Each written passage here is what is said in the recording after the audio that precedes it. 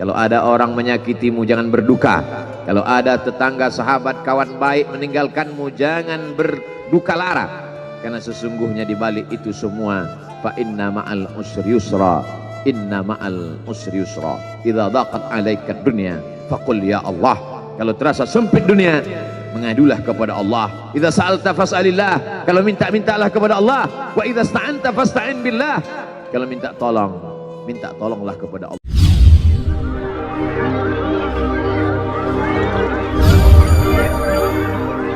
Alhamdulillah, wassalatu wassalamu ala rasulillah sayyidina wa maulana Muhammad ibni abdillah wa ala alihi wa sahbihi wa man tabi'ahu wa mawalah. Ashhadu an la ilaha illallah wahdahu la syarika lah wa ashhadu anna sayyidana Muhammadan abduhu wa rasuluhu la nabiyya ba'dah.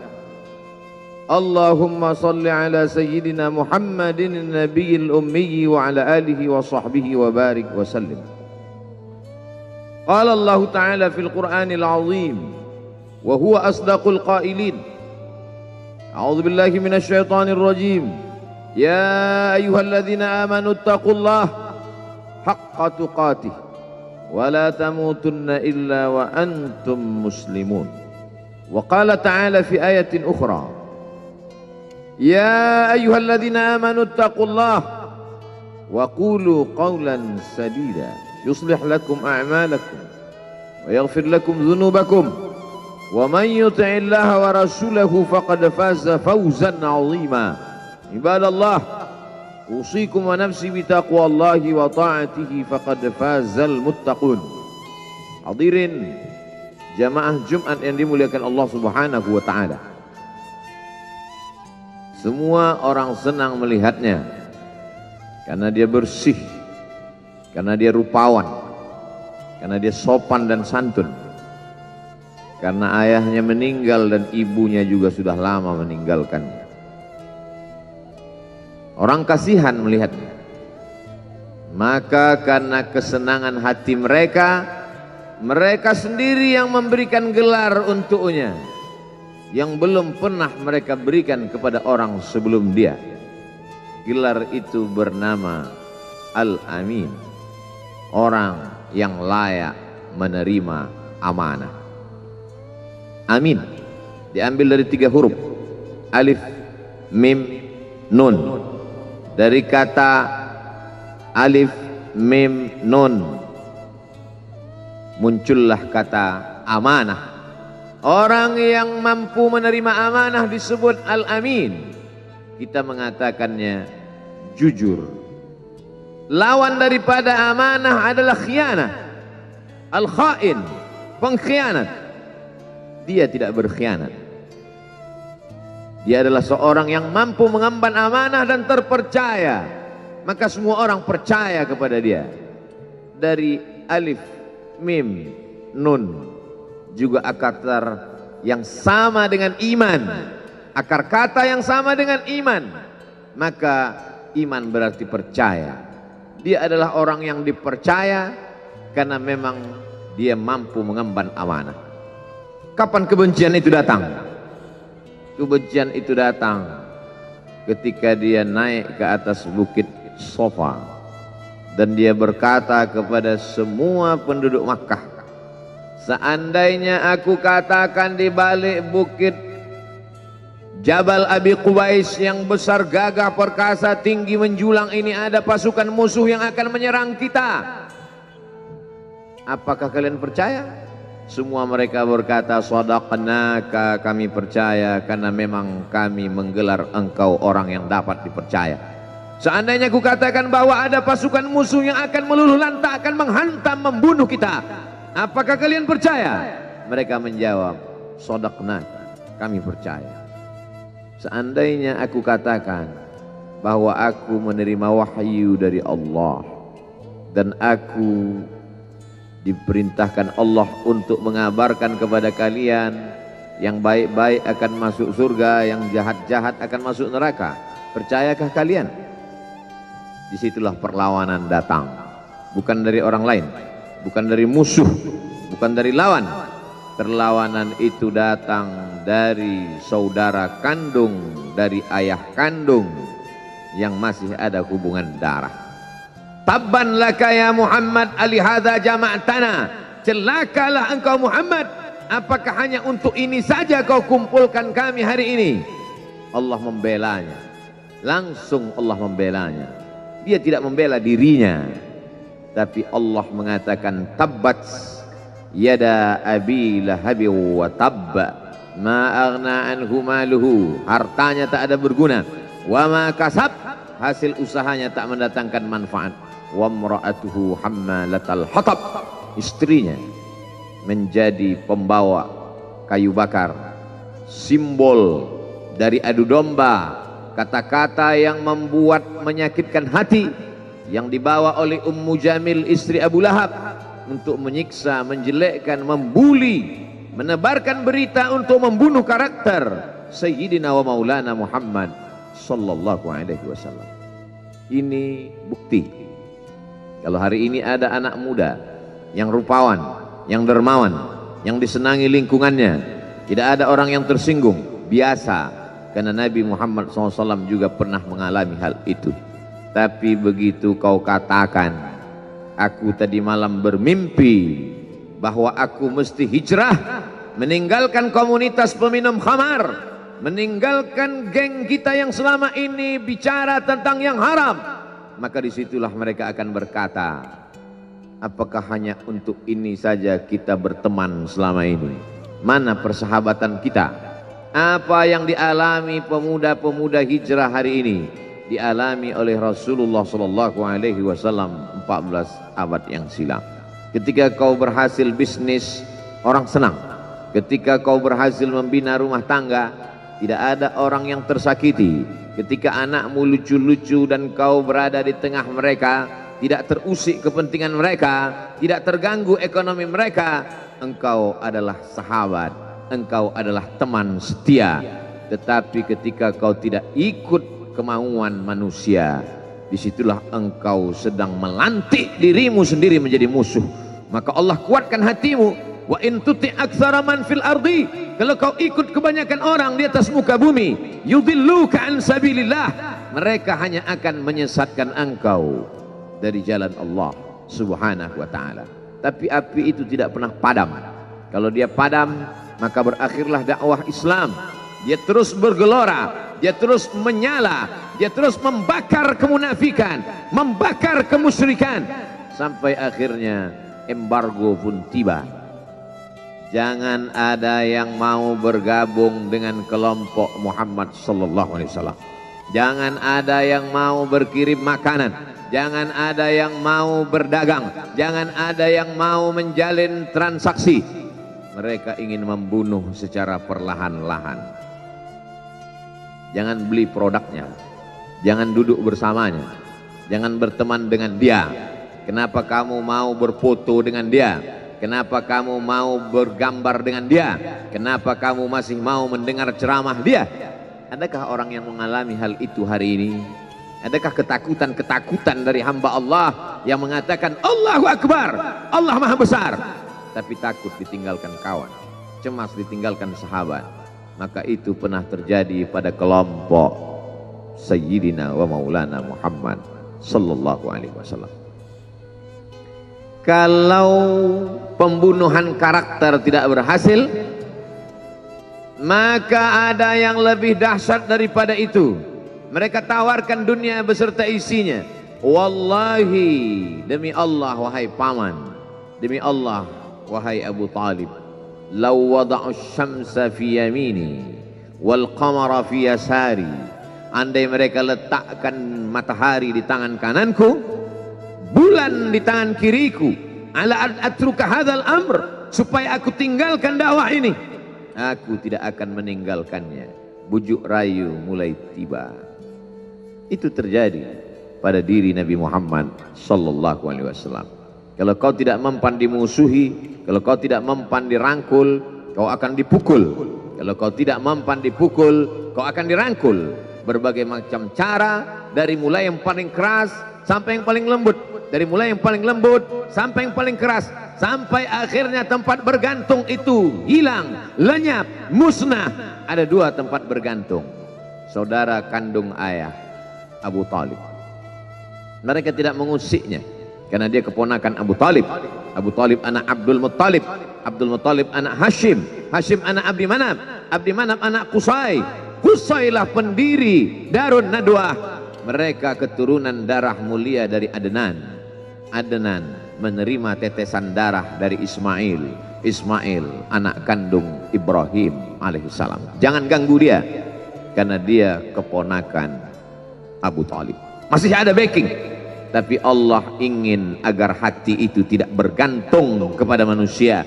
Dia buat Abu Talib meninggal dunia, masih ada lagi tempat bergantung.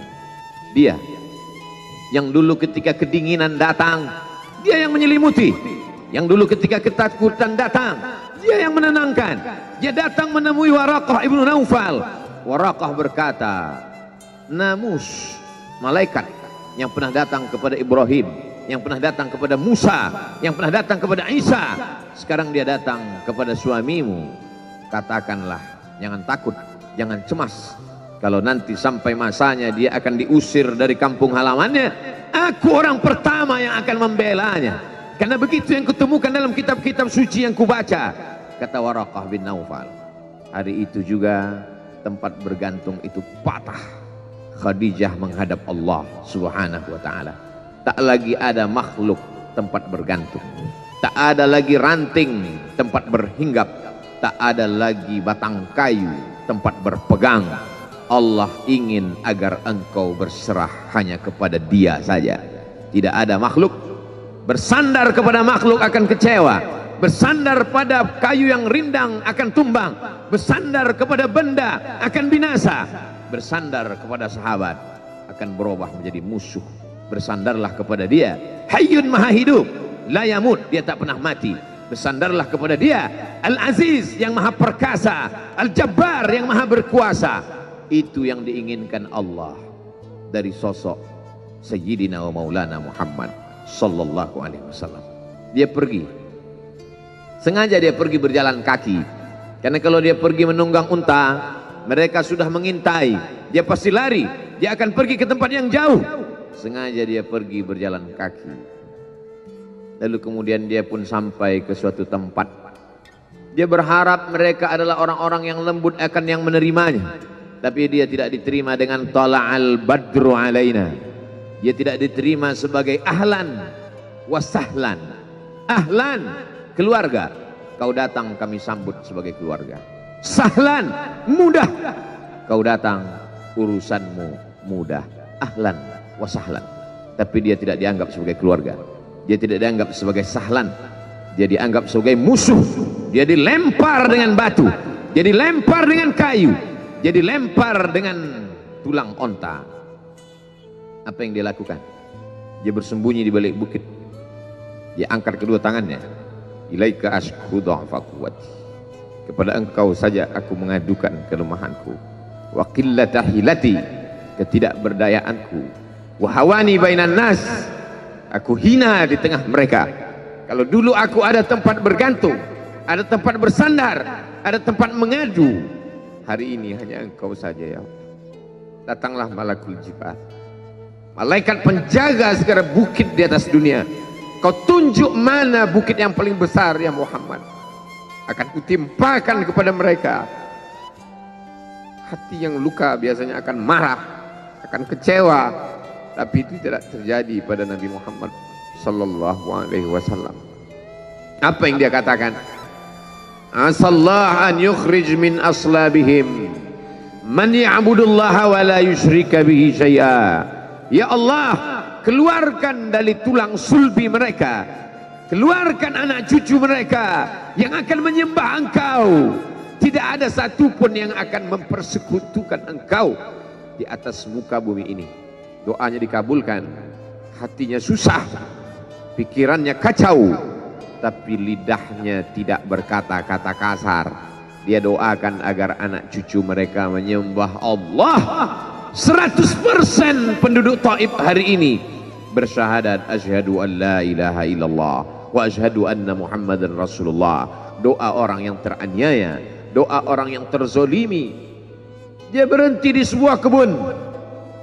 Ada seorang yang bukan terpandang membawakan beberapa ranting anggur sebagai pelipur lara, penghilang haus, pelepas dahaganya.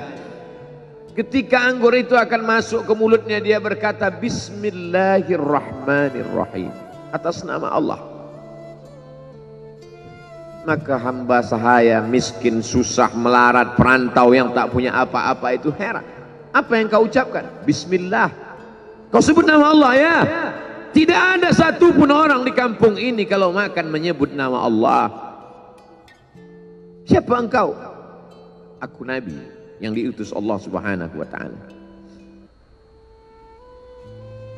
Berarti engkau sama dengan orang yang dulu pernah berada di kampungku. Engkau dari mana? Aku dari Ninawi. Ninawi, ya. Di sana ada saudaraku, kata Nabi Muhammad SAW.